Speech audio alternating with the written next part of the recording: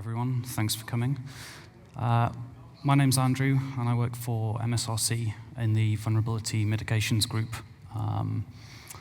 So I'd like to talk today, I guess, about kernel exploitation in 2022, some of the thought processes that we go through internally at Microsoft when we handle vulnerabilities in kernel and hypervisor, and kind of give you a little bit of a glimpse, behind the scenes of the thought process. So most of you will be familiar with MSRC, who we are, what we do, but perhaps not everybody, particularly if you're more used to dealing in the Linux space. So we're Microsoft's central security team. We deal with all of the security vulnerabilities that get submitted to Microsoft. They come into our team. So we look at these vulnerabilities, we triage them, we work out the severities and what the impact of those is going to be to customers. We work with the product teams that own that code to fix it. And the result of this will be the updates that everybody sees every Patch Tuesday that come out. So I spend about half of my time doing this, which typically is triage of 1 O-day per day on average. So you start to see a lot of issues over a very short space of time. The rest of my time is spent doing research into various future techniques to harden the operating system against the classes of attack that we see. It's about performing security assessments of Microsoft software in the wild, writing O-day exploits and exploiting them in Microsoft, and working with the product teams to actually fix those issues. So it's kind of maybe a slightly different angle to red teaming than a lot of the things that other people will see. We'll write bespoke exploits and we'll actually attack production systems. So what I want to talk about is our handling of kernel exploits or kernel bugs. Quite often when we get POCs that are sent in, the bug is clear, but perhaps the exploitability of that issue isn't. We don't require finders to send us a full exploit chain for every issue because it can take a lot longer potentially and require a different skill set in some cases. So it can, not always, but it can sometimes be hard to prove the exploitability of a vulnerability that's sent to us. So if we get something which is like a kernel out of bounds write relative to a heap-based allocation, for example, that's clearly highly exploitable, and we know that that's exploitable. But what about bugs that are not so obvious? What if we have a kernel out of bounds read where somebody is able to get the kernel to read a memory address which is not resident?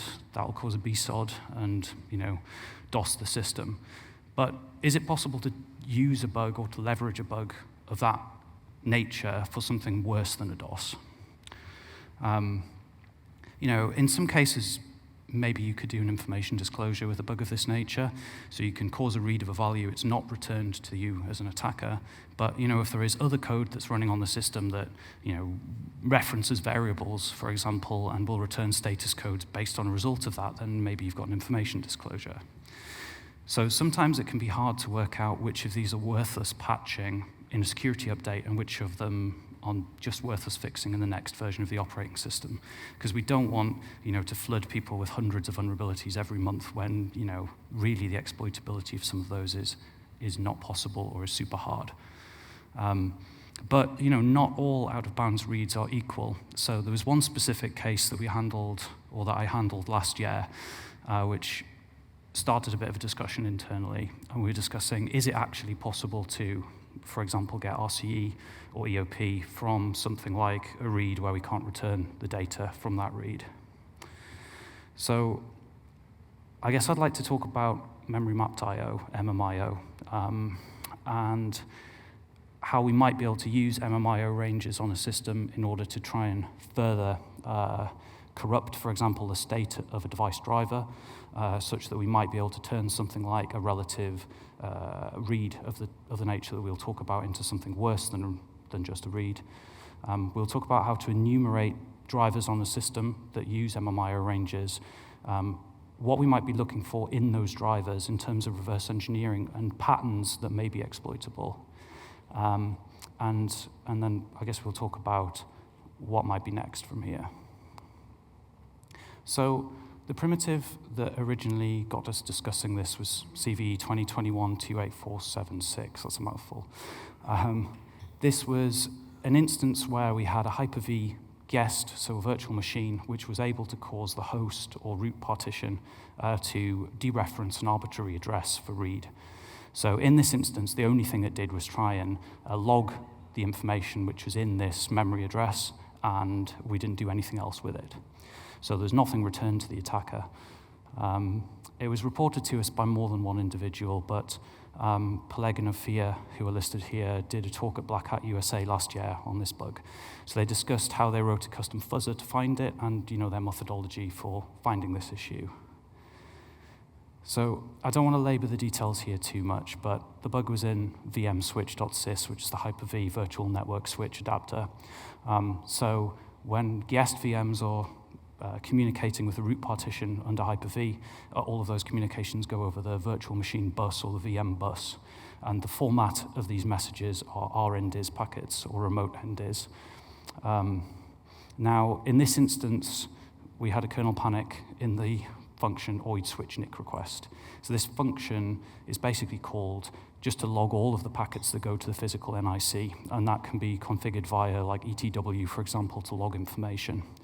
Now, it should be the case that this particular function is only reachable from information or from the root partition and not from a guest. But in this instance, they showed that they were able to control one of the fields that was sent to this function. So this is the struct which they controlled some of the data of, and specifically they controlled this field, this oid request. Kind of the specifics here are not too relevant. What we really want to look at is just the vulnerability and the fact that actually the crash here is pretty clear. We take the data in this function, we cast it in the first line to this structure that we've just looked at, and we test this field. Is it null or is it not? If it's not null, we're going to go right ahead and dereference it here. And that results in a nice crash, R10, 41, 41, 41, 41. And that's it. That'll be SOD the host. So in this instance, the attacker controls a full 64-bit pointer, but it's not used for anything other than a read. Now, the discussion that we had is, if you assumed that the attacker also knew memory layout of the host, is it possible to do something worse than just DOS the system with this? Because if we consider something like an MMIO range for device driver communication, this ultimately is used by other drivers on the system to communicate with a hardware device. And it may be possible to point this into an MMIO range, read from that range, and cause further corruption on the system. Now, that would require us finding a device which has, I guess, quote-unquote, interesting behaviors, but this is not something that we were able to rule out. And actually, the severity of an issue like this could be quite big, particularly if this was leveraged in like a cloud scenario. So the result of this was that we rated this bug 9.0 CVSS RCE, which for some kind of background, an RCE in Hyper-V will be worth up to $200,000 in bounty. So that's a pretty serious bug. So let's talk about MMIO. So memory mapped I/O is used for two-way communications with peripheral devices plugged into your system bus. So, everybody will be familiar, if you build your own machine, you plug devices into the motherboard, like your GPU or whatever. These can communicate with drivers running on the host system via memory mapped I/O ranges. There is also PMIO, but that's kind of out of the scope here, and MMIO is a newer iteration of this. Now, these are physical address ranges stored on the system, but they're transiently mapped to the virtual address space and kernel, which is used for device drivers to communicate with the hardware. Now, if we assume that an attacker knew the location of such an address in memory, could we use a bug like this to read from the MMIO range? And if we could we use that to corrupt device driver state? So there's a great article which is now 6 years old that was public, or is public, published on LWN, which is discussing the Linux kernel implementation of MMIO. It discusses some security issues and some observations that they've made when auditing various parts of the kernel. So the size of MMIO writes are important. A device can respond very differently to a read of a byte than it might say to a read of a D word. And if we were to take an example of a device which operated over a serial input buffer, let's say that this buffer contained characters, we'd assume that when a device driver reads information from this character buffer, that the same characters would be removed from the device's internal state. Now, if that's true, you can imagine scenarios, for example, where you may have a length prefixed string. If you're able to inject an MMIO read to read the length, and then the device driver comes along to read the length, what then happens? So I guess because it is used as a two-way communications mechanism, or I guess we could view as kind of an RPC, bridging kernel and hardware land, perhaps it was possible for us to do something worse with this. There have been a few bugs recently talked about in this space. The first two I won't go into too much detail on because they are more hardware specific than we want to talk about. The second one, the Intel stale data vulnerabilities, is kind of interesting in that it backs up this point we make about the size of reads mattering. So in this instance, there's data leakage ultimately is possible on Intel CPUs when the CPU registers that are being accessed are accessed with a different size of alignment than the underlying architecture supports. So if it's a 64-bit register and we're accessing a word of information, it's possible to use this to leak MMIO range information, which if you're running inside a virtual machine could be information from a host. And there was a talk also at CanSec West earlier this year where some researchers demonstrated a full VM escape on a Linux system. So it was Ubuntu targeting a QEMU hypervisor. They implemented a full exploit that'll pop a calc on the host. And one of the most critical vulnerabilities there was in relation to recursive MMIO or overlapped MMIO regions. What they essentially are able to do, for example, by triggering a DMA request where the destination buffer of that DMA request points into an MMIO region, they're able to show that in the worst case, you can trigger a UAF or a use after free, which is a super exploitable primitive.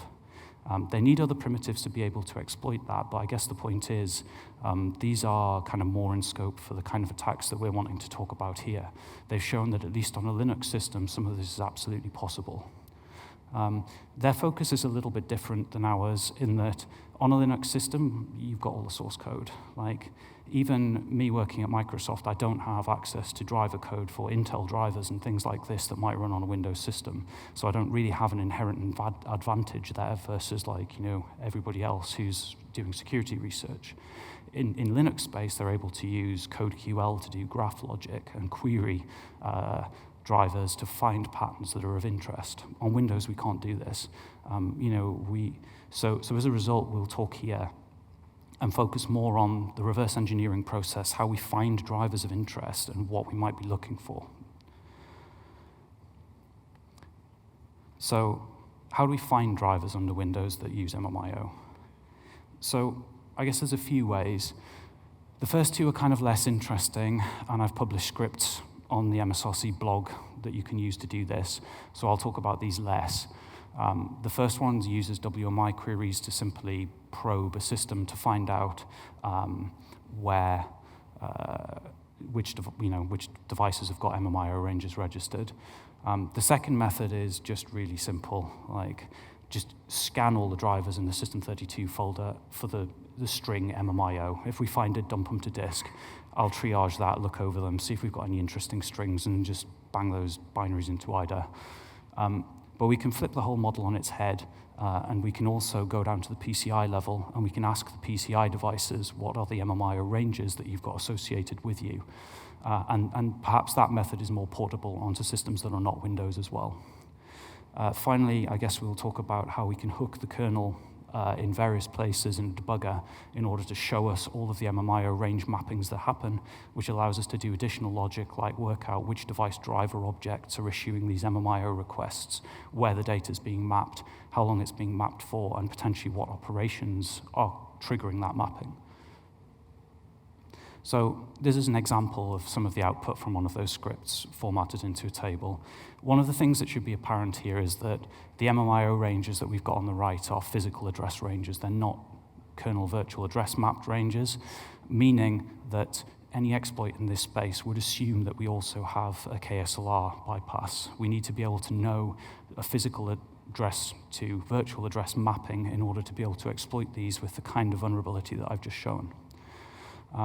Now, it's worth pointing out that for something like Hyper-V, where we're triggering a VM breakout, that would not be considered a security boundary, because if you can create a hostile VM and you own root in that in the cloud, for example, you can work this out yourself. So in the Hyper-V case, that's not really a security boundary. Let's talk about ACPI for two reasons. One is because we can use ACPI to work out the layout of information on the physical PCI bus. But the second is because we'll come back to looking at a driver which uses ACPI later. So ACPI is the Advanced Configuration and Power Interface. This controls kind of at the lowest level communications with hardware that is connected to the system bus. It controls things like system power, hibernation, sleep states, plug and play, I/O probing, and a bunch of other things. It has a subsystem that runs in Ring 0 or kernel. It's managed by the ACPI sys driver, and it contains a full virtual machine, which is capable of executing ACPI machine language, which is a full programming language. It's Turing complete. You can go to this APICA project, and they've got programming tutorials for like all of your computer science 101 programming exercises that you can write in ASL, which is ACPI source language, and test these. So ACPI tables are handled or handed over to the running operating system by the UEFI pre-boot environment, and after kernel initialization, this information is stored in the registry and is accessible to everyone. So this device registry path can be read from a low-integrity process to, for example, extract information about the ACPI configuration of a given running system. There's a bunch of optional tables that can be registered that include other information, one of which is MCFG. Now, we're told that this is PCI Express memory mapped configuration space base address description table. That's a mouthful. But this essentially contains PCI configuration information for all of the devices registered on a system. So when the OS boots, it has a protocol for discovering devices connected to the buses. So it'll walk each bus by index, it'll walk each device on each bus, and each device has multiple functions. For each function of each device on each bus, there is a PCI configuration register which can be read. This information contains things like the MMIO ranges which are registered with a device. Now, given that address, which is located somewhere in physical memory, we can put it into this RW Everything tool, and that would allow us to dump all of the information for those devices from the PCI space. So it's worth mentioning that under some of the Hyper-V configurations I've examined, this table is not registered.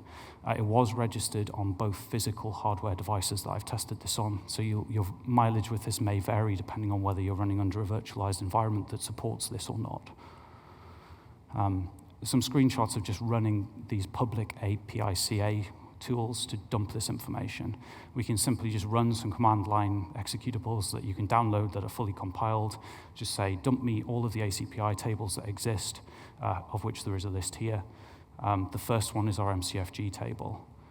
Given that, we can say extract it and dump it to a DAT file, and then we can use the Intel ASL compiler /decompiler to decompile that DAT file. That will give us the raw information, which includes the base address and physical memory that the PCI configuration information is stored.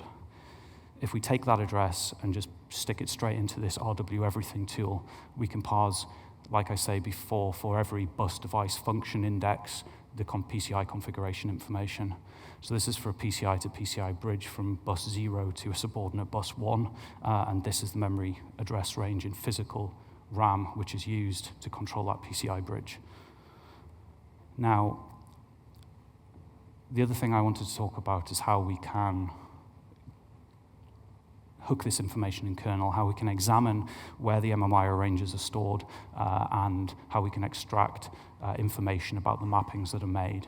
So the Windows kernel exports some public interfaces from the memory management executive, map.io space, and an EX equivalent for an extended version, which will take a physical address and map it to a virtual address.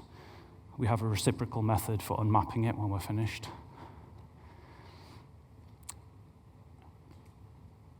And we can, like I say, we can hook these fairly easily. So try and actually show, if this works, in a virtual machine running latest Windows 11, how we might actually go ahead and hook these.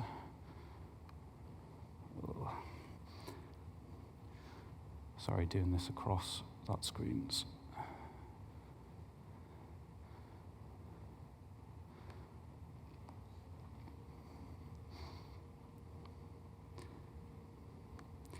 So if we break the execution of that VM and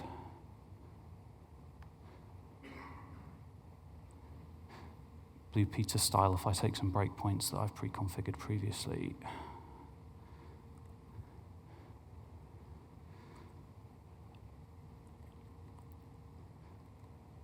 and we paste these into our debugger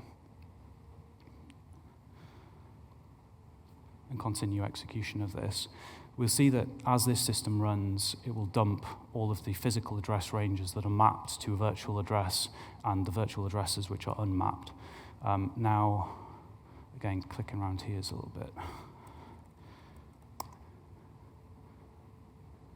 So typically we'll see more of these operations will occur during events like log on and log off of the system. If I sort of log off this VM and resume it, we'll get a bunch more of those MMIO operations occur in the background. Now obviously these breakpoints I've included just do things like dump information on the addresses that have been mapped, but it's also possible for us to do more than that, to examine the call stack that's resulted in this information happening. One of the other things that's kind of worth mention here is that when we have a physical address that's shown here, quite often we'll see this pattern where we have paired mappings and unmappings, where a physical address will be mapped into MMIO space and then kind of immediately unmapped again after some action has been performed. So I'll provide the scripts in the slides here that I've just ran there, so that once these slides are published, if you're interested, you can run those. But by running these and examining the information across the operating system, it's possible for us to,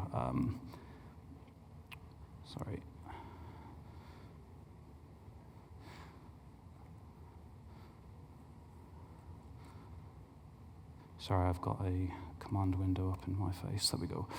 So if we map this information and examine it across a system from cold boot, there's a number of MMIO ranges that are mapped very early on in the boot process and remain mapped throughout the running of the operating system. And the reason that this is potentially interesting is because these may be a better target for fuzzing, because these ranges which are mapped transiently cause us trouble for fuzzing them, because if we don't keep track of that information in a tight window, then we can easily cause access violations by reading this information after it's been unmapped. So targeting ranges that remain mapped in memory throughout the lifetime of the system are potentially a better target for fuzzing. We can see that some of these are in relation to display driver information, or at least the majority of them likely are. So given a way of finding some drivers that utilize MMIO, what are we looking for, I guess? So some of the drivers that we noted to contain MMIO address ranges I've listed up here. Now, we've primarily been focused on looking at the user mode to kernel angle as opposed to kernel to hypervisor. But I do believe that probably in hindsight, this is a better attack vector for attacking Hyper-V or hypervisor.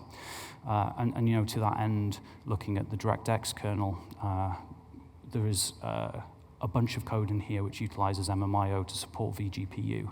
So when you have a Windows subsystem for Linux running, this runs inside a virtual machine on your Windows host. Now it's possible to map the GPU from your host machine to that WSL environment, so you can run things like CUDA workflows under Windows Subsystem for Linux.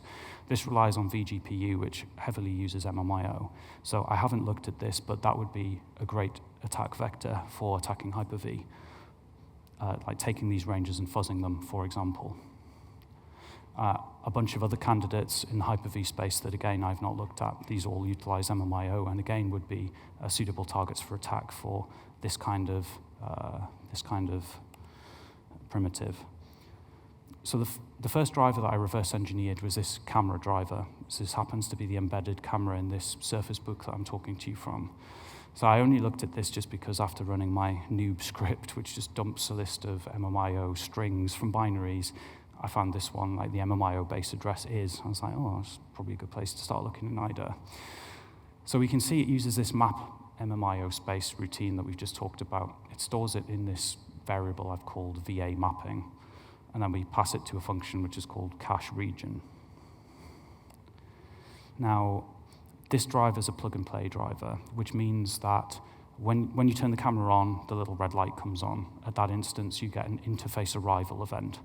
When you turn the camera off and the little red light goes off, you get this interface removal event.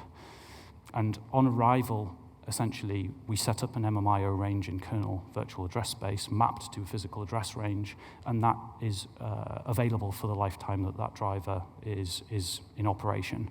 So for the whole time that you're using the camera, this range is in memory and is attackable, potentially.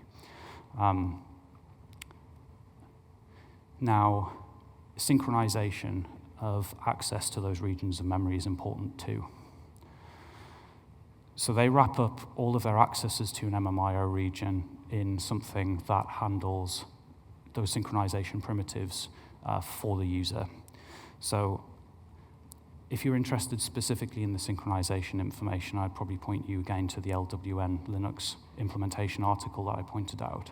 But ultimately, in this case, we need to do a few things. We need to make sure that the kernel driver is running at dispatch level or DPC to make sure that this code cannot be preempted when it's executed, even by other kernel threads.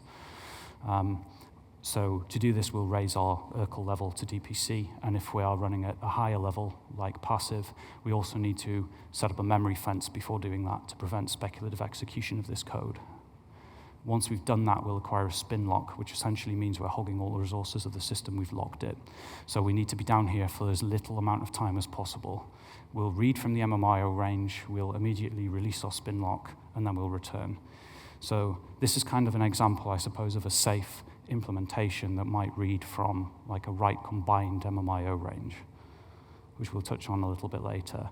But this function that caches a region, it takes this virtual address and it passes it to a function that just simply stores it in a global variable that's accessed anywhere in this driver. And it provides routines for accessing information in this, and these are used throughout the rest of the code. Again, kind of the specifics here are less important unless you're going to go away and look for these primitives yourself. But when we get an arrival event of this camera interface instance, we map the region and we cache it in the global. And that means that any access later to this memory region goes through those globals that are mapped in memory. Now, that essentially means that it's easy for us to pivot on these wrappers just with using cross-references in IDA to find how many places in the driver utilize MMIO. So examining this particular driver, there was approximately 180 locations that do reads, and there was 260 that do writes. A lot of the reads are related to device performance counters, but not all of them. Like this example is one that I've picked just because the strings here kind of give a good idea of what's going on. Like we're told that this routine is authenticate firmware. We do a read from an MMIO device range, and we're told that the value we've read is a security CTL register. We conditionally perform some logic after having read the security register, which we kind of wave our hands past here for the moment. But after this, we're then told that the security CTL register value and what that is set to after firmware authentication. So, I guess this is kind of the pattern that we're sort of hoping to see when we set out, right? We're reading an MMIO range, we're performing conditional logic based on the result of this read. And then in this case, we're actually doing the read again to check information on the firmware state. Now, clearly, it entirely depends on the device that you're looking at and what that device does in relation to reads and writes as to whether this would be exploitable behavior or not. But this is something that we've seen throughout a bunch of drivers that we've looked at. And where we're making decisions based upon the results of these reads in this way, that could be a dangerous behavior. So the second driver that I want to talk about a little bit is, again, a lower level driver which handles kind of association of devices with a bus. So this driver essentially holds a linked list of driver object entries. Each driver object entry has a bunch of function pointers associated with it, and these are executed on various different events. So specifically, it's my suspicion from looking at this code that this is to support the usage of an ACPI compliant device. So for example, where a device has like a temperature cutoff sensor, then that can be registered with ACPI such that the operating system is able to shut that device down if it overheats. If you just spent £1,000 on your brand new 3090, you don't want it to burn out, right? The system will crash it if it's going to overheat, and that's kind of part of the purpose of some of this code. There's a bunch of variants of this driver that existed when I was reverse engineering them, which all look really similar. Like the MMIO code in these basically doesn't change. Whether other stuff in the driver does, I don't know. I haven't examined them all, but my guess would be that these are to handle different types of bus, but I don't know. So here's an example of what will happen when we choose to add a device to a bus. We'll register a bunch of functions. We'll register interrupt service routines and deferred procedure handlers or deferred procedure call handlers for the device.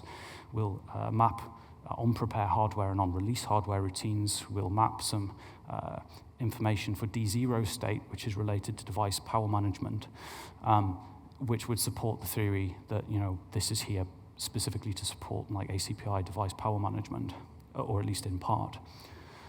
And if we examine the on-prepare hardware routine, this looks super familiar from the previous driver. It's exactly the same pattern.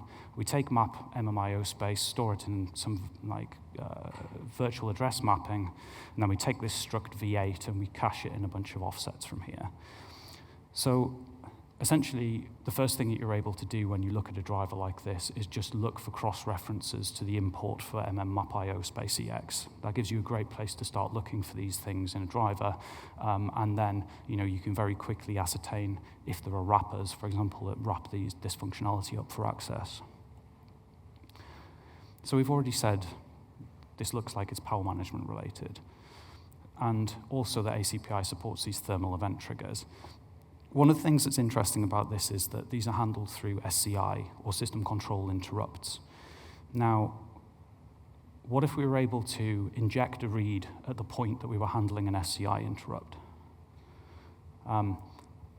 If we were able to do this, like these interrupts are registered with an AML control method running inside this ACPI virtual machine, and that code is able to dynamically issue device I/O through operation regions.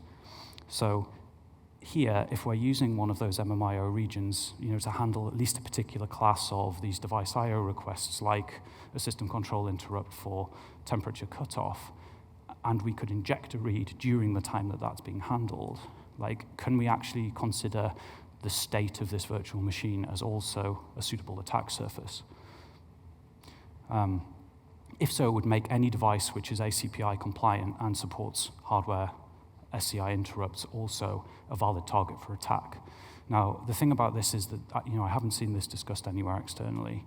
Obviously, it's a pretty low-level attack, but the thing that's interesting here is we essentially have a full virtual machine which is capable of executing code which will touch these MMIO regions and appears to basically be susceptible to the same kind of observations that we make in relation to device driver objects. And actually, maybe there's also potential benefit to an exploit stability if it were based on more generic interactions between like a standards compliant component like ACPI and a peripheral device. So I guess to wrap that up a little bit, one of the patterns which we've seen in a bunch of places is this pattern where we take an MMIO range, we map it to some kernel virtual address, we copy memory from it, and then we unmap it again. We maybe perform some actions based upon its state, and then we potentially do another read.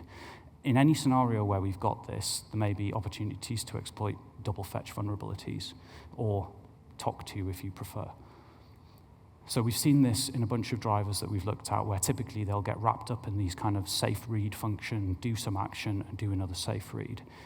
And one of the things that's interesting about this, probably less so in the original case that I started looking at in user to kernel, is what about hypervisor? Because there are some complex methods of communication between a virtual machine, a guest, and the host.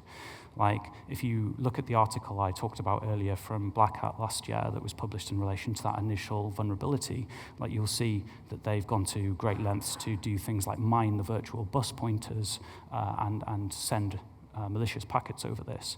But with this primitive, potentially all you really need to do is go and reverse engineer drivers which are associated with a root partition that use MMIO, and then if you own a guest, you should be able to directly write to those memory addresses. So this kind of bypasses some of the, if I call it faff that sits in between you and the virtual and the host, like you're able to directly attack these ranges. So at least one person doesn't think we're crazy in using this primitive as a mechanism of attacking a root partition from a guest. This is somebody who's known to MSRC for kind of high-quality vulnerability submissions in the past. The other thing that's worth note is the opportunity for race conditions. Again, I've mentioned that this LWN article for Linux kernel goes into this in much greater depth than I have in this presentation, but we kind of have two core flavors, if you will, of MMIO. We've got uncached and we've got write combined. Now, in the uncached scenario, every read and write is independent, it's atomic, there's no combining, prefetching, caching, so they're kind of less interesting from an attack scenario. But for write combining, it's not guaranteed that two sequentially issued writes to an MMIO region will reach the device registers in the same order that they were issued. The system, specifically the CPU, is able to reorder those operations in order to optimize them. Now, the original kind of purpose of this would be something like writing to a graphics buffer in memory. If you've got a bunch of pixels, it doesn't really matter what order you edit these pixels in, as long as all of them have been edited before we send that off to be displayed on the screen, for example. But this is to say that any driver which actually is sensitive to the order of MMIO operations and has not been correctly implemented using fences, barriers, cache flushing, and is operating a WC or write combined flavor of MIO is definitely a target for race conditions as well. This is complex, right? Finding race conditions in these kind of components. And I guess this kind of draws us to some of the conclusions. Like, you can see that a bunch of this stuff is very complicated. It relies on multiple components written by not even the same company from end to end. Where there is complexity, there is usually bugs from experience of other things that I've looked at. There are tons of devices out there, and I've only really ran this tooling on this laptop and a gaming machine that I own at home, and that's pretty much it. So there is a lot of research that can still be done in this space, and like I said originally, proving the negative on whether these things are exploitable or not is very hard. So we found some patterns that, based on our experience, look exploitable, but we still haven't necessarily proven this in the way that we would like. But I do think that in terms of Hyper-V research, that's much more where we'd want to use this for. So, not all exploit primitives are created equal. Finding another more easily exploitable vulnerability in a standard Ring 0 component is going to be much easier than this. It's going to be more likely to be portable. It's not going to rely on some specific device being plugged into the system. And, kind of for this reason, I find it hard to justify spending too much of my time in this area when we've got a lot of other fires to put out across the Microsoft estate. But if someone is to look at the Hyper-V angle, I think there's a lot more legs in this kind of attack primitive. And like I was saying, vulnerability bounties for crashes in this area can be up to $200,000. So, there is kind of a large amount of incentive if anyone wants to potentially go and look at these areas for additional research. But I guess the point is that theoretically, I still think that this looks possible. What could be more cool than getting RCE from simply reading a pointer where you don't return the value? And I guess that brings me to my final point. Like, we've listed some drivers and patterns that, at least based on our experience, look exploitable, and referenced other works where people have done similar. We've shown you how to instrument allocations and find drivers that use MMIO, and given some scripts for this, but have barely scratched the surface. So if you wanted to continue research in this area, then we'd love to talk to you, and potentially it might be worth your while if you find some crashes. And with that, I'll take any questions if there is any.